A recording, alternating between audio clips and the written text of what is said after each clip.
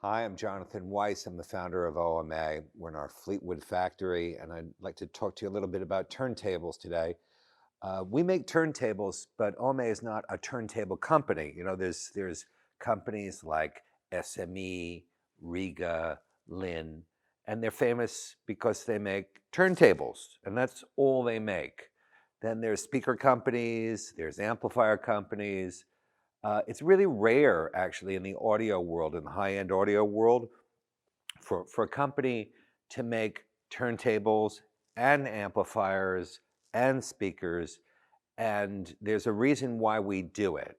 And that is we want to offer our clients a special kind of turntable, a kind of turntable that is really not made today.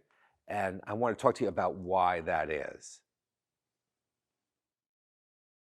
With turntables, it's a simple device, seemingly. You've got a platter that spins, hopefully at 33 and a third, 45, 78 RPM. You put a record on it, you drop a tone arm and a needle on that, and hopefully sound comes out and you're happy. The thing is, there's three essential types of ways to get that platter to spin. And the first way was something called direct drive. And I'd like to talk to you about that because we make direct drive turntables, and we make them because no one else, when we began 15 years ago, was making a really high quality direct drive turntable.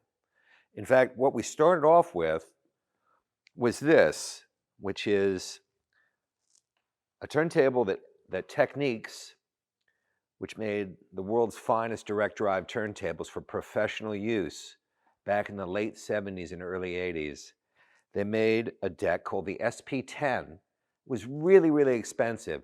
It was only sold to radio stations and to music studios because it was so expensive that it was considered impossible for anybody, the richest person, to have one of these things at home.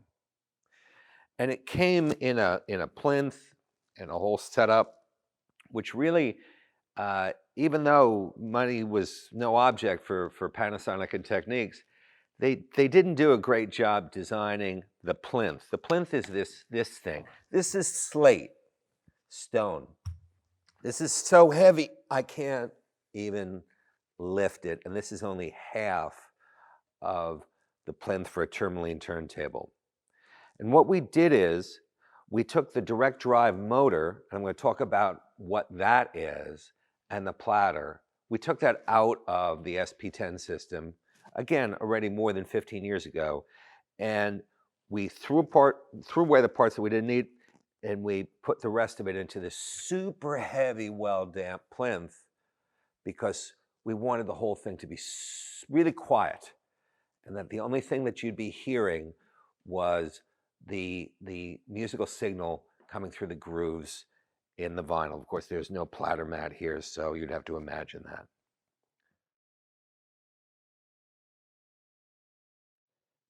These tourmaline turntables were really wonderful. They are made from 5 inches total thickness of Pennsylvania slate, water jet cut on a 5-axis, $300,000 machine, all hand finished with diamond tooling. It just feels like silk. Beautiful thing, incredibly difficult to make. Hated making these, huge pain in the ass. And the fact is that this motor unit, at best, was the last ones were made in the early 80s. So it's 40 years old. This was still by far the best turntable that I knew of, that I'd ever heard, up until recently. And I'll explain that. Technics decided to get back into the turntable business, and they've come out with a new version of the SP10. It's called the SP10R. I think it's on this box. I'm going to open this box and show you this new turntable, and it is significantly better than the original deck made 40 years ago. It's expensive, but for what it is, it's an incredibly good deal. And I want to show you the plinth that we came up with instead of the slate, because this is virtually impossible to make today.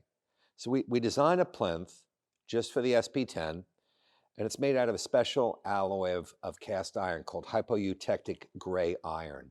It's an iron that has a very high crystalline graphite content. And those graphite crystals inside of the iron, they actually kind of shred the sound waves going through the material and break them up, which is very good for having a very quiet plinth. Now, I couldn't lift this, but this is even heavier. This is so heavy, I can lift only one end.